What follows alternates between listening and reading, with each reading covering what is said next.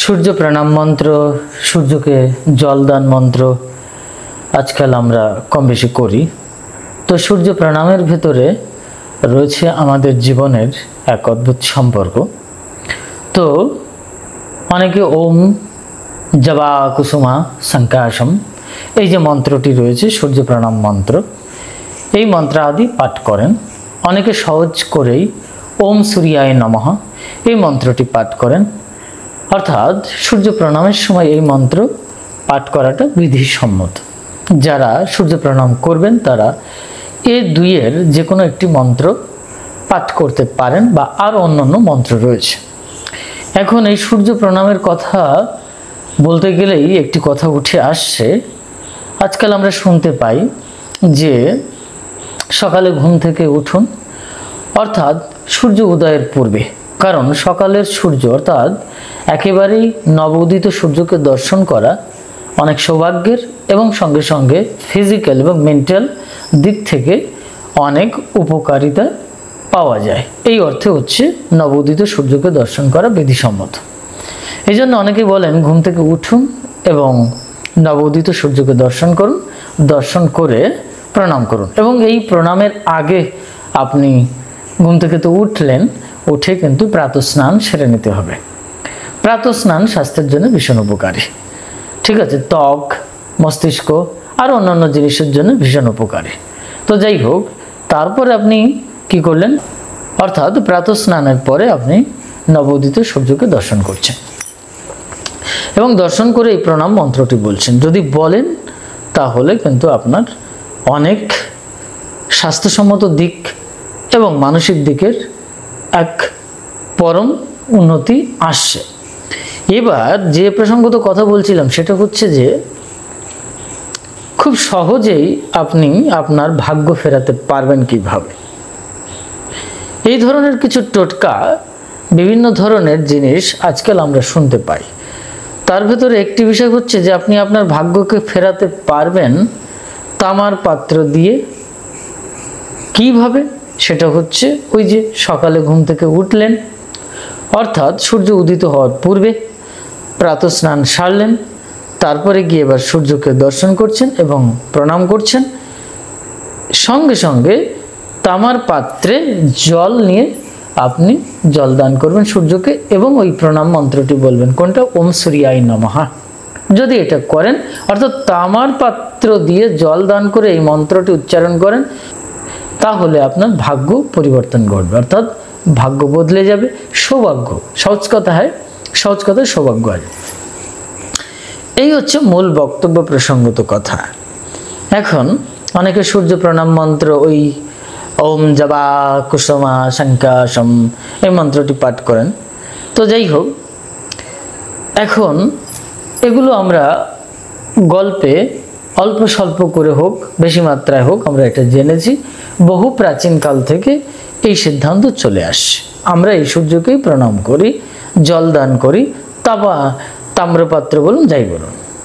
এখন এই তাম্রপাত্রের সঙ্গে জল দান করা এবং ওম সূর্যায় নমঃ কথাটি বললে কেন সৌভাগ্য আসবে, ভাগ্য ফেরাতে এটা কেন কাজে লাগছে তামার পাত্রটি? প্রথমেই আমরা জানব যে বস্তুকে কেন্দ্রায়িত করে সবকিছু হচ্ছে। তামার পাত্র লাগছে, তামার পাত্রে জল লাগছে এবং প্রণাম মন্ত্র কাকে কেন্দ্রায়িত করে? সূর্যদেবকে কেন্দ্রায়িত করে। এই সূর্যদেব বা সূর্যদেব হচ্ছে মুখ্য বস্তু। এখন এই সূর্য সম্পর্কে যদি আমাদের কমপ্লিট জানতে হয়, তাহলে পৌরাণিক যে গাথা, পৌরাণিক যে গল্প, তার যে মোরালিটি সেটাকে জানতে হবে। সঙ্গে সঙ্গে তামার পাত্রের যে উপকারিতা বা তামা জাতীয় যে ধাতব পদার্থ তার যে উপকারিতা, এই সমস্ত বিষয়গুলো আমাদের কাছে পরিষ্কার হতে হবে।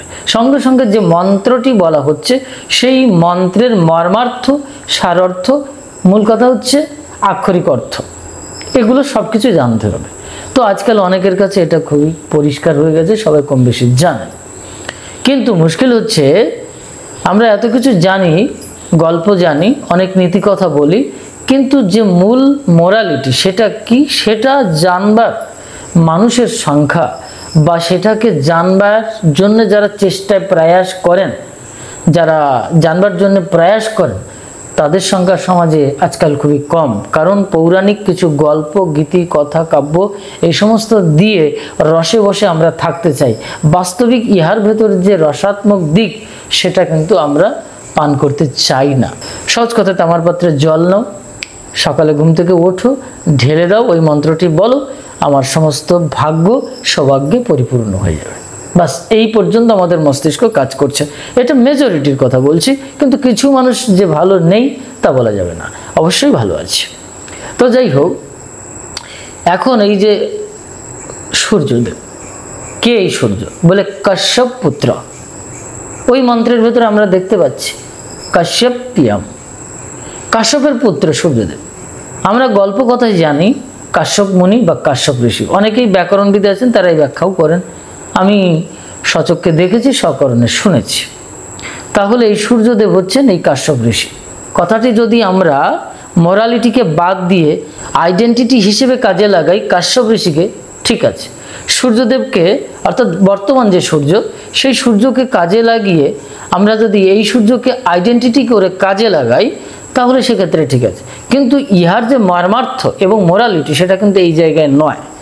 সূর্য হচ্ছে এখানে কাশ্যপুত্র যদি বলা হয়, অর্থাৎ কাশ্যপের থেকে বা কাশ্যপ নামক বস্তু থেকে বা ব্যক্তি থেকে, ধারা থেকে উৎপন্ন হয়েছে সূর্য। ইয়া বিখ্যাত বড় বড় মহাপুরুষদের টিকা, তাদের বক্তব্য।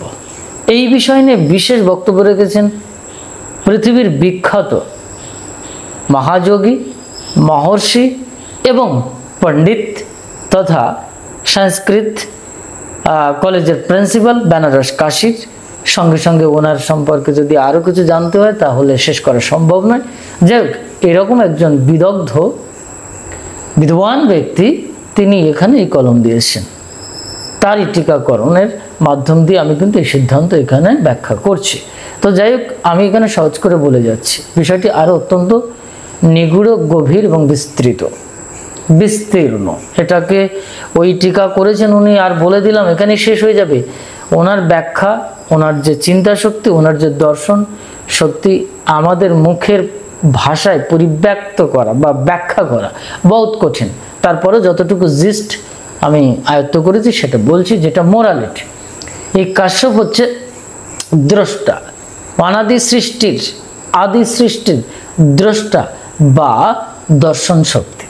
তার স্ত্রী হচ্ছে অদিতি, অর্থাৎ অখণ্ড বস্তু, অখণ্ড শক্তি, যিনি হচ্ছেন সেলফ এফালজেন্ট, অর্থাৎ স্বয়ং প্রকাশ, স্বয়ং জ্যোতি।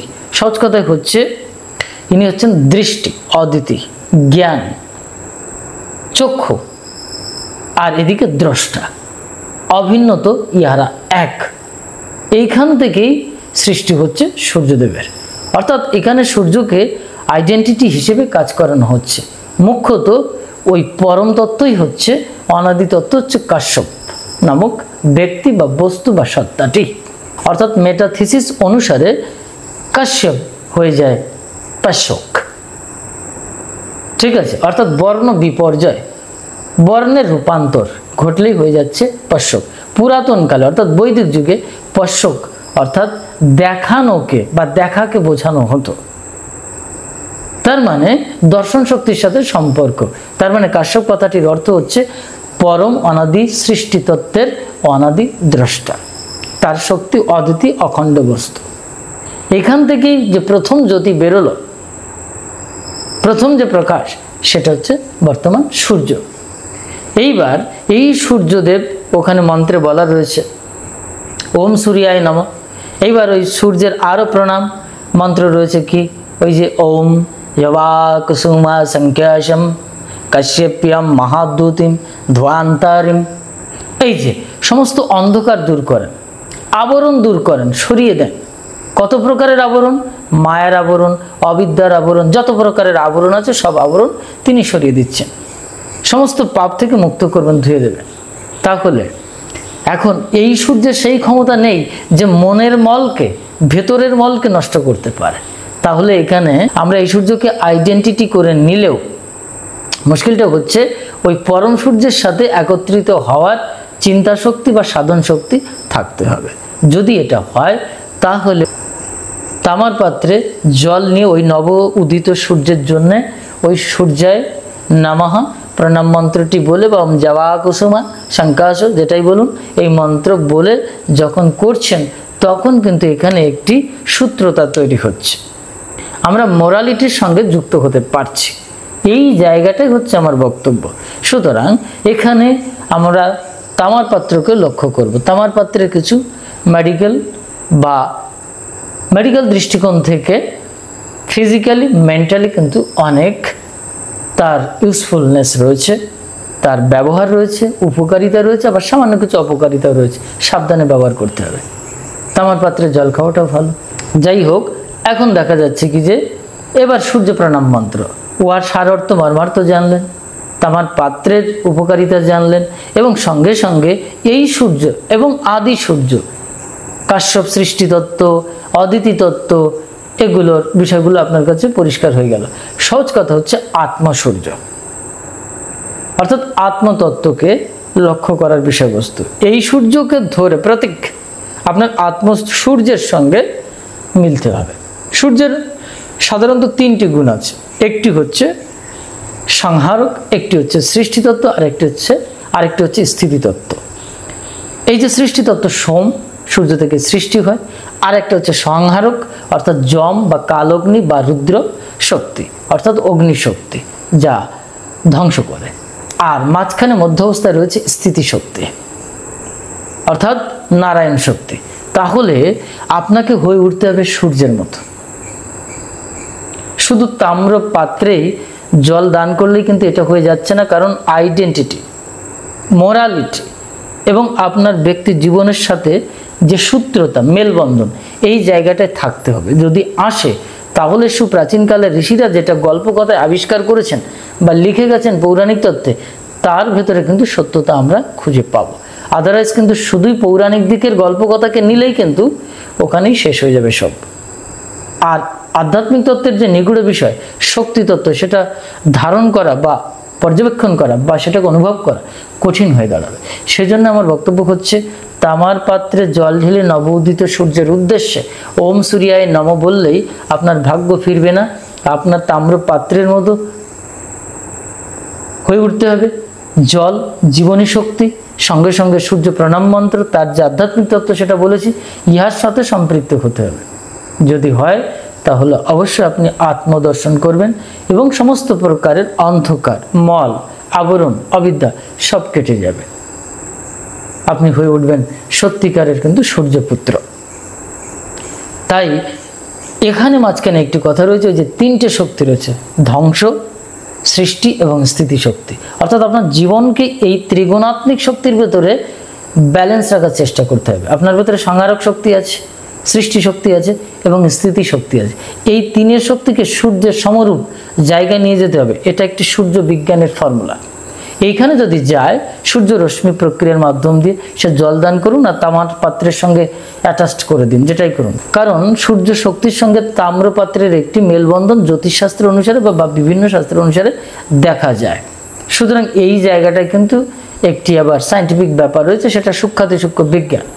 তো এগুলো একটু ক্রমানুসারে যাবে এবং সূক্ষ্ম প্রক্রিয়া যাবে। কিন্তু সত্যিকারের যদি আপনার ভাগ্য ফেরাতে হয়, যে ভাগ্যটি সত্যি অন্তর্নিহিত যে দুর্ভাগ্য, সেটাকে ফেরানো এই সূর্যের পক্ষে সম্ভব না। অর্থাৎ ভেতরের মলকে, সেই মলকে পরিচ্ছন্ন কে করবে? সেই মলকে পরিচ্ছন্ন করবে আপনার ভেতরের যে স্বয়ং প্রকাশ, সেলফ এফালজেন্ট, যেটা অদিতি শক্তি বা কাশ্যপ শক্তি, যেটাই self consciousness, self conscious and self effulgent, এই জায়গাগুলো, এগুলো বাইবেলের সিদ্ধান্ত উঠে এসছে। সুতরাং এই আত্মসূর্যের সাথে আপনার সংমিশ্রিত হতে হবে, তাহলে আপনার জীবন ধন্য হবে এবং আপনার জীবনে সৌভাগ্য আসবে এবং সমস্ত দুর্ভাগ্য দূরে চলে যাবে, অন্ধকার দূরে চলে যাবে। আজকালকার প্রচলিত ভাষায় আপনার চলে যাবে এই বাস্তু দোষ, নানান দোষ, এই সমস্ত কিছু, ঠিক আছে। কিন্তু যতক্ষণ না আপনি এই আইডেন্টিটিকে ধরে আপনি মোরালিটির সঙ্গে মেলবন্ধনে না যাচ্ছেন, সূত্রতা তৈরি না করছেন, ততক্ষণ পর্যন্ত কিন্তু এই সমাধানটা হওয়া খুব কঠিন। যারা প্রচার করছেন তাদের ক্ষেত্রে কিন্তু এটা অপপ্রচার মাত্রই, এবং জনগণের জন্য এটা একটি শুধুমাত্র ধোঁকাবাজি। যাই হোক, লক্ষ্য রাখার বিষয় আত্মসূর্যের প্রতি, সেটা করলেই সমস্ত সমাধান নিশ্চিত, এটুকু বলা যেতে পারে বৈদান্তিক পরিভাষায়। জয় মা।